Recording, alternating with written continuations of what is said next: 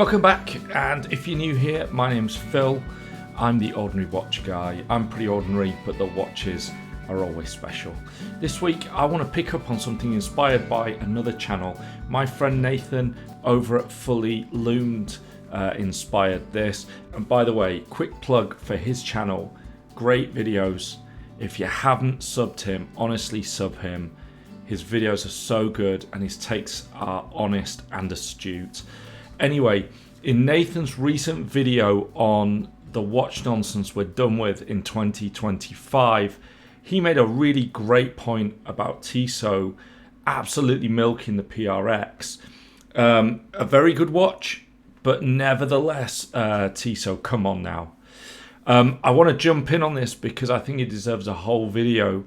And it's not that I want to kick the PRX, and I don't think that Nathan did that either, for what it's worth. It's because I really want to shine a light on the Tissot Gentleman. To me, the Tissot Gentleman is the best watch in the Tissot range, and I want to talk about that. It's really time for us all to move on from the PRX and to give some focus to the real GOAT of the Tissot line. And it's another bargain watch. It's a bargain new, but sweet home Alabama, this watch is an incredible bargain pre-owned. So let's get into it.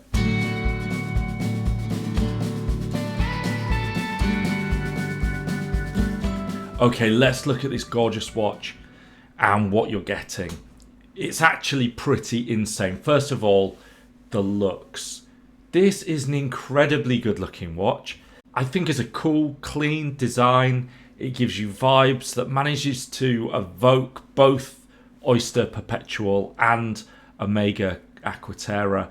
I know that the Tiffany blue teal dial thing might be a bit of a fad, but I do love that dial on this watch. But if you don't, that's not a problem because there are so many colorways and choices. I challenge you not to find one that you can like. Under the hood, you've got one of the most incredible mechanisms at this price point, the Powermatic 8T Silicium. The accuracy is -15 to +15 per day, and it offers 80 hours of power reserve, so it will easily still be running if you take it off for the weekend. Sapphire crystal to the front and back, and clean polished lines on 316L steel. The case itself is a rather nice 11.5 millimeters of thickness, very wearable in my opinion. The watch is available as a quartz option too, and there are bicolor and titanium options in both quartz or automatic. It looks great on a strap or on the bracelet, and the bracelet is a pretty cool 3-link design with the center link being polished. It's fastened on a double push butterfly clasp, and if we're looking for criticism, I guess this is where I'd probably place it. No micro adjustment, no on the fly adjustment. The width is 21 millimeters, and that's that awkward. That's just the most awkward lug width, really, isn't it? I always find it disappointing when manufacturers opt for 21 mil. You're denying your customer so many strap options simply by not offering them 20 mil. If you opt for the quartz variation of the watch, you'll get an exceptionally accurate timepiece that is just 8.5 millimeters in case thickness. It will also cost you less with an MSRP of just £400. And that takes us on to the value of these watches. And it's outstanding. The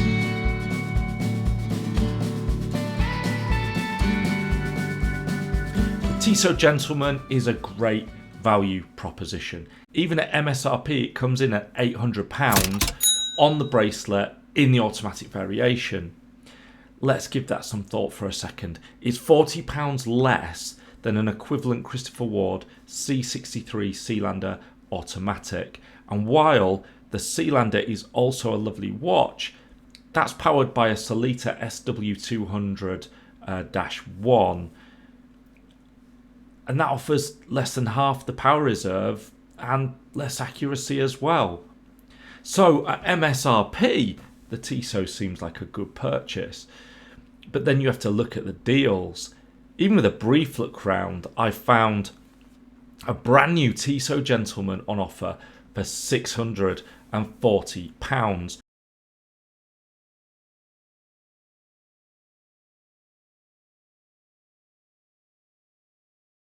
And that was at Fraser Hart. And better yet, I found the quartz for just £240 at Michael Jones Jewellers. Buying from abroad, I could find plenty of quartz options for around £350, including VAT and shipping. You'll get the titanium quartz for just under £500, which really isn't worth it because you can have it brand new at MSRP in the UK for £500 anyway.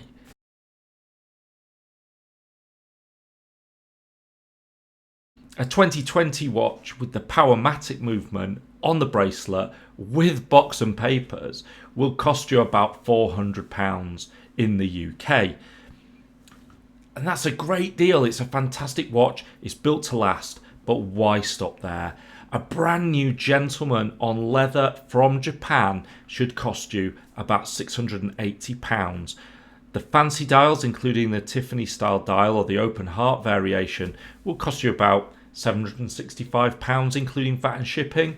And generally, those versions are going to cost you about £850 MSRP buying on the high street at home. So that saves you about 10%. So I think this watch from a genuine Swiss maker, founded in 1853, is available for a bargain.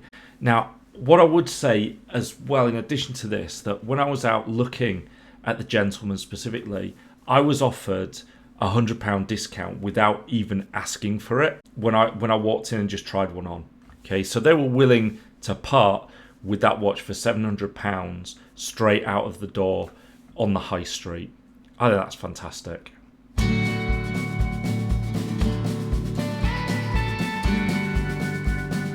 Now let's talk about the important question of image and reputation. Why isn't the Gentleman a hot watch? People are inclined to buy the Christopher Ward, and it simply comes down to this. A Christopher Ward is a very fashionable watch right now. I don't think that the C60 Sealander is their best watch by any means, but the impact of the Bel Canto and some of the more recent releases and their well-earned reputation for great value has earned them that momentum, and it carries the C60. Tissot, by comparison, have been pushing the incredibly successful PRX, even bringing out some pretty ugly and awful watches, like the digital PRX. It reminds me of when Fiat hit the jackpot with the re-release of the Modern 500, which evoked all that cool Italian vibe. And then it went and got it all wrong with the 500 XL because it thought we all just wanted a big fat version of this cute little motor.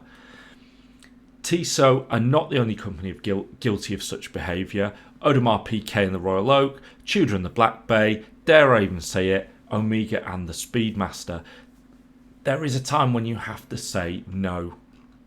Tissot have done everything they can to milk the PRX cash cow, and they've neglected to work with this amazing watch. To me, the Gentleman is the overlooked middle child that has outstanding talent and ability. As we go into 2025, we're poised for a fashionable sweep of new dress watches. People have been rocking dive watches to their desks for a long time, and we're starting to fall in love all over again with simple, elegant watches that are slim and free of bezel dressing. And I love cranking a good bezel as much as the next guy. But I agree with a number of other commentators who have said that they can see this dress watch fashion on the horizon. I feel the same way.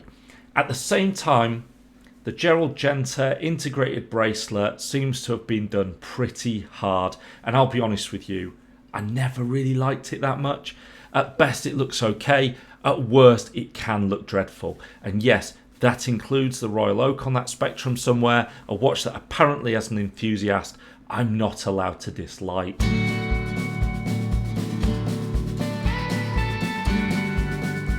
So there you have it. I've made my case for the Tissot Gentleman, the best watch that Tissot are currently offering in 2025.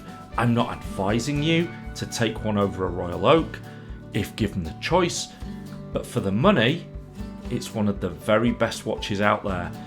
Tell me what you think in the comments below. Are you team PRX or are you team Gentleman? Would you take a Christopher Ward over the Tissot?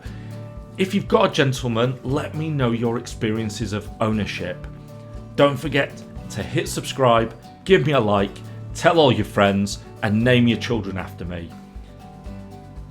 Well, okay, maybe not the last one, but thank you for supporting the channel. I'm going to be back soon with some more great content, but in the meanwhile, why not give this video a watch? Because if you've got this far, I think you'll enjoy it. I'll see you in the next one. Bye for now.